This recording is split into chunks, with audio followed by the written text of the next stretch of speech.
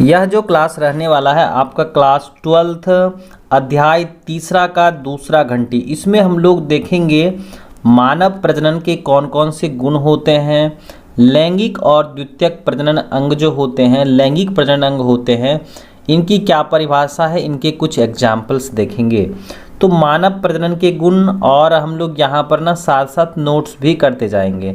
तो पिछले क्लास में हम लोगों ने जो इनका पहला घंटी था मानव प्रजनन से संबंधित, उसका हम लोग नोट्स लिख चुके हैं। अब हम लोग यहाँ पर देखेंगे दूसरा घंटी, यानी कि यहाँ से अब हम लोग इसको जोड़ेंगे। ठीक है, तो मानव प्रजनन के गुण जो होते हैं इसको हम लोग अंग्रेजी भाषा में क्या कह सकते हैं, प्रॉपर्टीज ऑफ ह्यूमन रिप्रोडक्शंस, यानी कि मानव प्रजनन के कौन कौन से गुण होते हैं। इसमें हम लोग पहला पॉइंट्स करेंगे कि मानव एकलिंगी प्राणी होते हैं, है ना। एकलिंगी मतलब क्या होता है, यूनिसेक्सुअल एनिमल्स होते हैं जिसमें क्या होता है नर और मादा जो है प्रजनन अंग अलग अलग शरीर में उपस्थित होते हैं।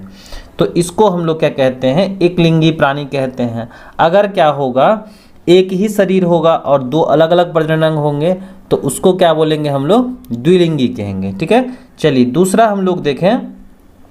दूसरा पॉइंट है कि इसमें क्या होता है, सतत प्रजनन होता है, यानी कि कंटिन्यूअस ब्रीडर्स होता है। इसका मतलब क्या होता है कि यह वर्ष के किसी भी मौसम में प्रजनन कर सकते हैं। नेक्स्ट देखें, तीसरा पॉइंट है कि मादाओं यानी जो फीमेल होती हैं इनके शरीर में लगभग 28 दिनों का एक चक्र होता है। इस चक्र के दौरान मादाएं होती हैं यानी फीमेल जो होती हैं वह क्या करती हैं, अंडोत्सर्जन करती हैं, यानी अंडे क्या करती हैं, उत्सर्जित करती हैं। नेक्स्ट देखें, उसके बाद हम लोग का है पुरुषों में प्राथमिक लैंगिक प्रजनन अंग के रूप में वृषण होता है जो शरीर के बाहर थैलीनुमा संरचना में रहते हैं, जिसे हम लोग क्या कहते हैं, स्क्रोटल सैक कहते हैं। हिंदी भाषा में इसको वृषण कोश कहा जाता है। पांचवा पॉइंट्स है कि जो फीमेल होती हैं मादा के गर्भाशय की भीतरी दीवार में भ्रूण का विकास होता है, यानी कि जो क्या होते हैं मेल होते हैं और फीमेल होते हैं, क्योंकि फीमेल जो होती हैं जो बच्चे के विकास है, बच्चे का जो एम्ब्रायनिक डेवलपमेंट्स है वह क्या होता है गर्भाशय यानी माँ के शरीर के गर्भाशय में होता है, और ये जो भ्रूण बनते हैं, भ्रूण का विकास होता है वह भीतरी दीवार में क्या होता है, भ्रूण का विकास होता है और वो बढ़ते हैं।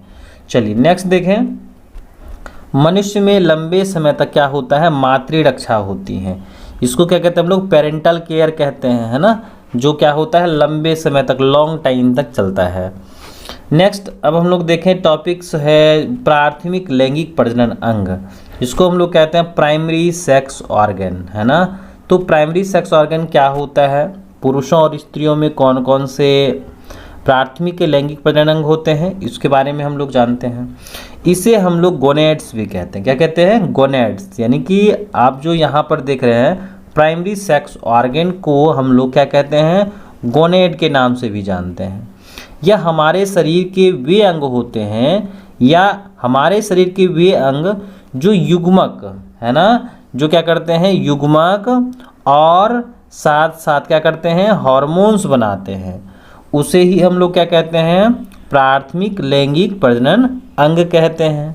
जैसे पुरुष की बात करेंगे तो पुरुष में क्या होता है, वृषण, है ना। वृषण को पुरुष का प्राथमिक लैंगिक प्रजनन अंग कहा जाता है। उसी तरह से जो मादाएं होती हैं, अंडाशय को मादा का प्राथमिक लैंगिक प्रजनन अंग कहा जाता है। उसके बाद देखें कि जो प्राथमिक लैंगिक प्रजनन अंग हैं यानी प्राइमरी सेक्स ऑर्गन्स हैं, पुरुषों में क्या होते हैं, वृषण होते हैं। स्त्रियों में यानी मादाओं में क्या होती हैं, अंडाशय होती हैं। नेक्स्ट देखें, पुरुष में जो हार्मोन्स बनते हैं, है ना, जैसे आपका पहला हार्मोन्स है एंड्रोजन है और दूसरा क्या है, टेस्टोस्टेरोन है। उसी तरह से जो फीमेल में हार्मोन्स बनते हैं जैसे आपका एस्ट्रोजन है और फिर प्रोजेस्टेरोन है।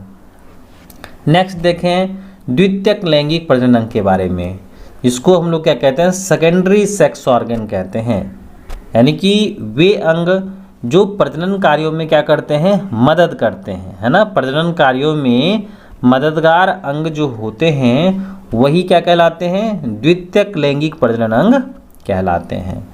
जैसे आपके जो लैंगिक प्रजनन अंगों से संबंधित अंग हैं, कौन कौन से अंग हैं, तो वृषण है जो पुरुषों में पाए जाते हैं, अंडाशय जो स्त्रियों में पाए जाते हैं।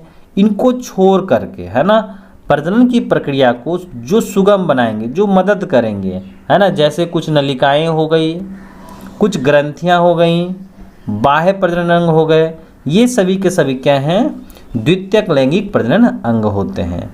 यानी कि वे अंग हमारे शरीर में जो प्रजनन अंग से तो संबंधित हैं, लेकिन वो भाग नहीं लेते हैं बल्कि मदद करते हैं प्रजनन कार्यों में, उसे क्या कहते हैं, द्वितीयक लैंगिक प्रजनन अंग कहते हैं।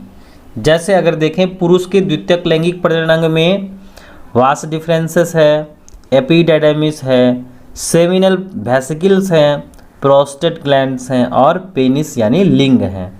उसके बाद अगर हम लोग देखें स्त्री के द्वितीयक लैंगिक प्रजनन अंग में तो आपका गर्भाशय है, फैलोपियन नलिका है, वेजाइना यानी योनि है और बाह्य जननेंद्रिया है। उसके बाद अगर हम लोग देखें यौवनारंभ के लक्षण, यानी कि जो पुरुष और स्त्री होते हैं, लड़के और लड़कियां होती हैं, उसमें जो है कॉमन कुछ ऐसे कैरेक्टर्स होते हैं जिसकी वजह से हम लोग यौवनारंभ के लक्षणों का पता करते हैं। जैसे आवाज़ का भारी होना, दूसरा दाढ़ी मूंछ का आना, उसके बाद है आपका कांख या जननांगों पर बाल आने, उसके बाद है त्वचा का तेलीय होना और विपरीत लिंग के प्रति आकर्षण होना। यानी कि यहाँ पर जो है लड़के और लड़कियाँ क्या करती हैं, एक दूसरे के प्रति आकर्षित होती हैं। तो हम लोगों ने यहाँ पर देखा प्राथमिक, द्वितीयक और मनुष्य के जो हैं लैंगिक प्रजनन अंगों से संबंधित कुछ विशिष्ट प्रकार के अंग। नेक्स्ट क्लास में हम लोग देखेंगे जो हमारे फीमेल रिप्रोडक्टिव सिस्टम होते हैं, यानी कि स्त्री प्रजनन अंग होते हैं, उनके बारे में हम लोग देखेंगे। तो ये हम लोग का हो गया क्लास दूसरा। अब हम लोग देखेंगे क्लास तीसरा, जो क्या होगा, फीमेल रिप्रोडक्टिव सिस्टम से रिलेटेड होगा।